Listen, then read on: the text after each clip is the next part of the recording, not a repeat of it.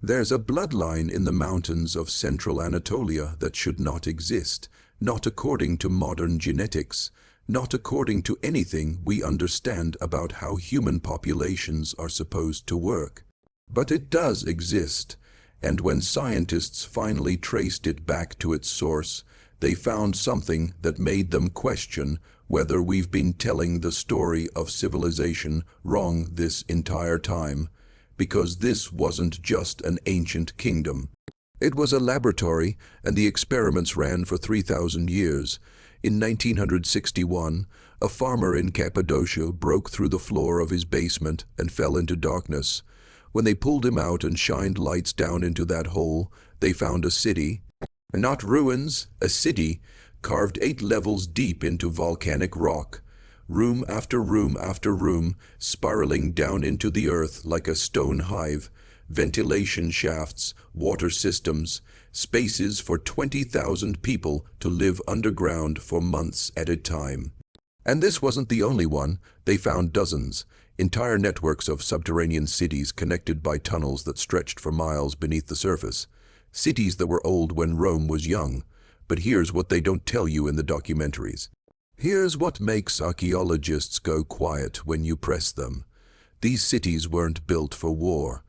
They weren't built for storage or ceremony or any of the usual reasons ancient people did massive construction projects.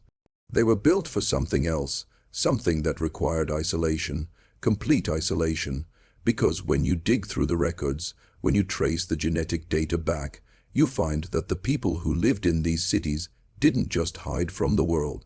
They separated from it entirely. Generation after generation, century after century, living in controlled populations beneath the earth. And their DNA started to change, the kingdom of Cappadocia. That's what the Greeks called it when they finally encountered these people. A civilization that had been breeding itself in the dark for longer than anyone could measure. And by the time the surface world found them, they had become something different, not quite separate enough to be another species, but different enough that modern geneticists call them an outlier population, a branch of humanity that went somewhere else, somewhere we didn't follow until now, until we started asking why. The genetic markers show up in blood tests across Turkey, Armenia, and parts of Greece. Specific mutations that appear nowhere else on Earth. Mutations that control bone density, eye sensitivity to low light, and something the researchers won't talk about publicly. Something about neural pathway development. The ability to process information differently when you spend your entire childhood in near darkness. The Cappadocian genome isn't just unique, it's optimized. Optimized for a life that no human should have been living. But here's where it gets darker. These people didn't hide underground because of invaders. They went down there by choice. Long before the Hittites, long before any empire we have records of, there was a culture in Anatolia that believed something we've forgotten. They believed that the surface world was contamination, that sunlight and open air carried corruption into the bloodline, that the only way to preserve human purity was to seal yourself away from it, to live in stone, to breathe recycled air, to marry only within your own tunnels. And they did this for so long that their bodies adapted.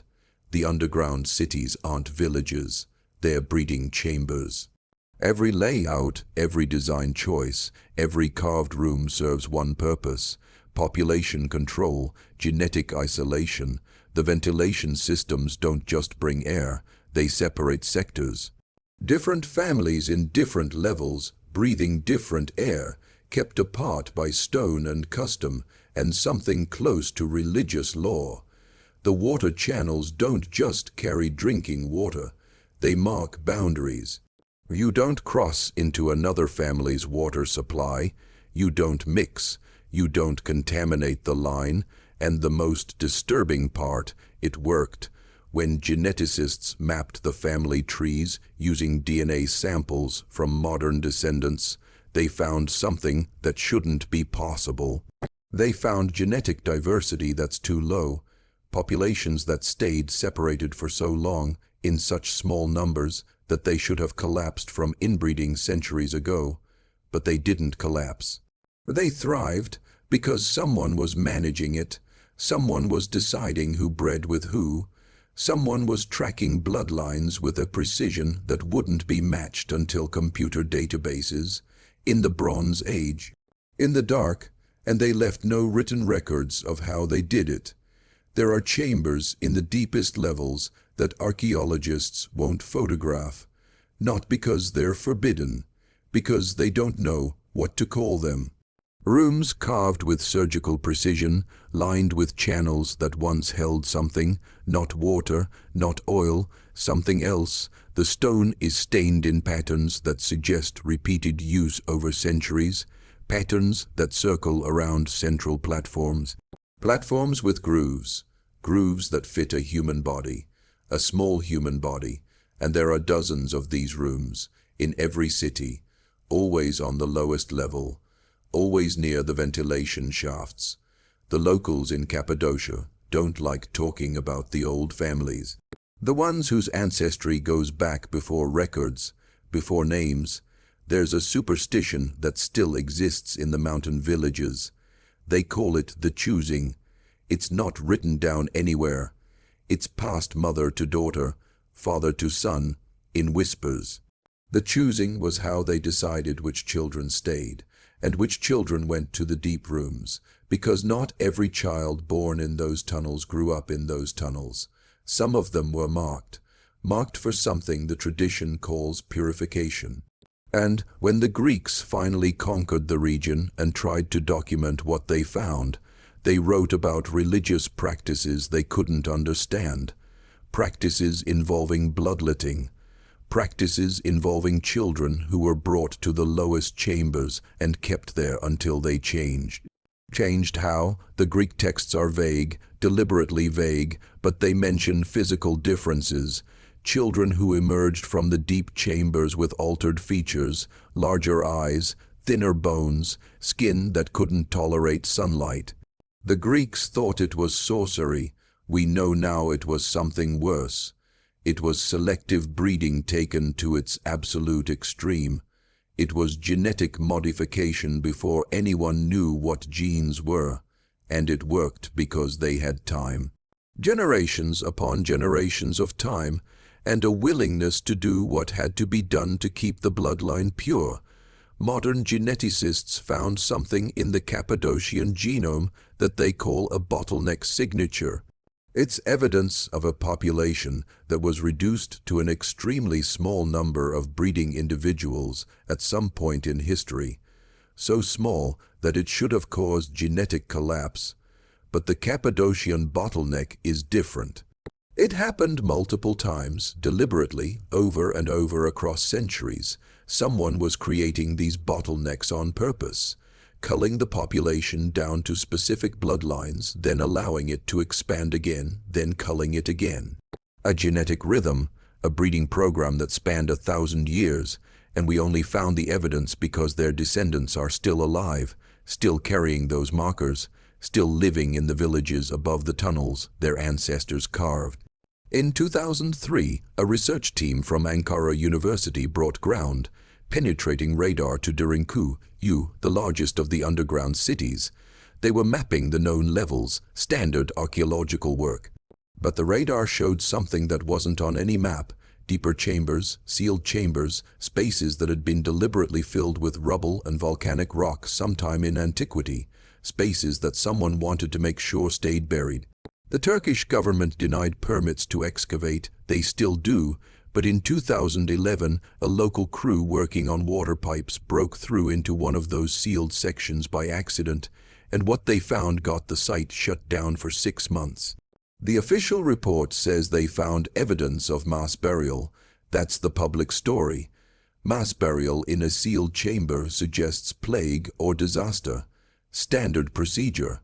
But 3 members of that excavation crew left archaeology entirely after that dig. One of them talked to a journalist years later, off the record. He described something else. He described skeletons that were arranged, not buried in the chaos of emergency, arranged in circles, layer after layer of them going down into the floor. Children's skeletons in the center, adult skeletons radiating outward, and every single skull showing evidence of deliberate modification, cranial deformation, trepanation, marks that suggested someone had been opening these skulls while the people were still alive. The Cappadocians weren't just isolating their gene pool. They were trying to shape it, physically shape it. They understood something about heredity that wouldn't be formally discovered until Mendel started breeding peas in the 1800. They knew that traits passed from parent to child. They knew that certain families carried certain features, and they knew that if you controlled who bred with who, if you did it long enough, if you were willing to make sacrifices, you could create something new. Something that had never existed before, a subspecies adapted to life underground, a human variant built for darkness. And here's what keeps me awake. It almost worked. The genetic evidence suggests they were succeeding. The mutations were spreading. The adaptations were taking hold. Whatever they were trying to create was actually forming in the DNA of those populations. And then suddenly, around 800 BC, the underground cities were abandoned. All of them, at roughly the same time, the populations came to the surface and dispersed, and within a few generations, they'd mixed with surface populations enough that the concentrated genetic experiment fell apart. The bloodlines diluted. The adaptations faded into statistical noise, but they didn't disappear entirely. They're still there, waiting in the genome, and if you know what to look for, you can still find them. In the eyes of shepherds in central Turkey, in the bone density of certain families in Armenia, in children who are born seeing better in darkness than they do in light. If you're still watching, you're already braver than most. Tell us in the comments, what would you have done if this was your bloodline? If you discovered your ancestors spent 3,000 years in the dark, breeding themselves into something else, would you want to know what they were trying to become? Because that's the question that haunts the research. Why would any group of people choose this? Why would you take your children underground and keep them there for generation after generation? The standard archaeological answer is defense, protection from invaders, but that doesn't explain the genetic program. That doesn't explain the selective breeding. That doesn't explain why they kept doing it for centuries after any surface threat had passed. There's another theory, one that most academics won't touch because it sounds too much like ancient astronaut nonsense, but the theory exists and it has evidence. The Cappadocian underground cities align with similar structures across the ancient world. Malta, China, Dirinku, you and its sister cities form geometric patterns when you map them from above, patterns that suggest coordination, shared knowledge, a single blueprint being executed across hundreds of miles by populations that supposedly never had contact. And in every one of these sites, you find the same thing, evidence of long-term habitation, evidence of genetic isolation, and evidence of something the researchers call transformation chambers, rooms designed for ritual. Rooms designed for changing people. There's a theory that these weren't cities at all.